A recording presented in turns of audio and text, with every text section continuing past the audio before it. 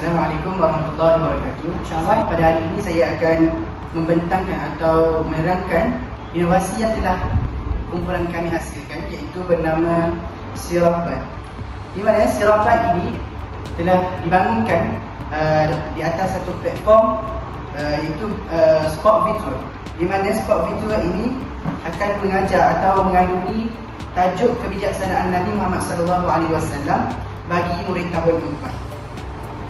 Inovasi ini dibangunkan untuk membantu murid tahun 4 mempelajari tajuk kebijaksanaan Nabi Muhammad SAW secara lebih interaktif melalui platform Sport Virtual tersebut.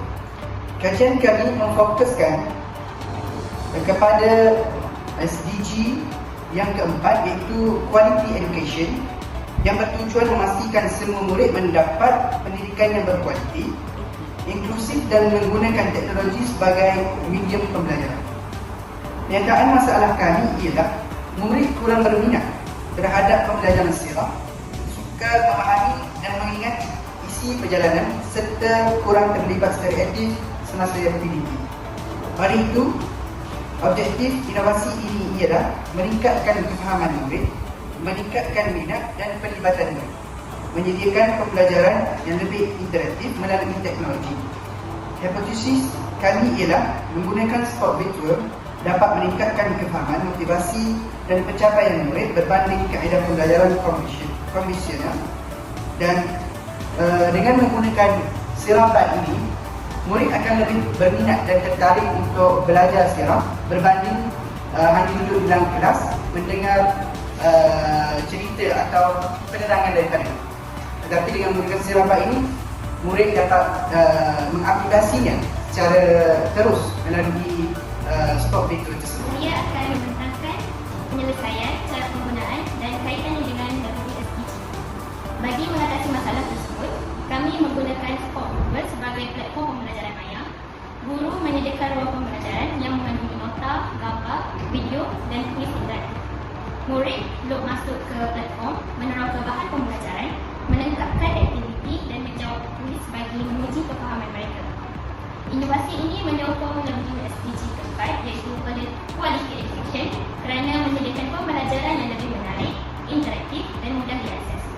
Teknologi digital membantu murid belajar mengikut kadar mereka sendiri dan meningkatkan penglibatan mereka dalam kelas. Selain itu, tajuk kebijaksanaan Nabi Muhammad SAW turut menyokong WSDG yang ke-16, iaitu Peace, Justice and Strong Institution.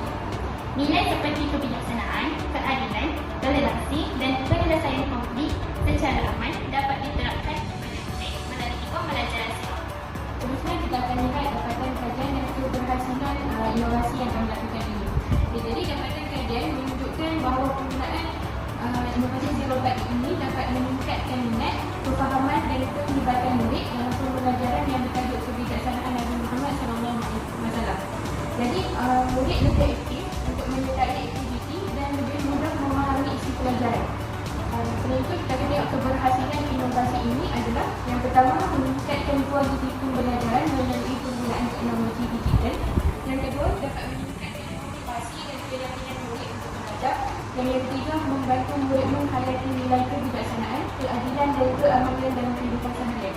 Jadi secara keseluruhannya, inovasi ini bukan sahaja menyokong SDG 4 dengan menyediakan pendidikan yang berkualiti, malah ia turut menyumbang pada SDG 16, iaitu membentuk murid yang berakhlak mulia, mampu menyelesaikan konflik secara aman dan menghormati orang lain.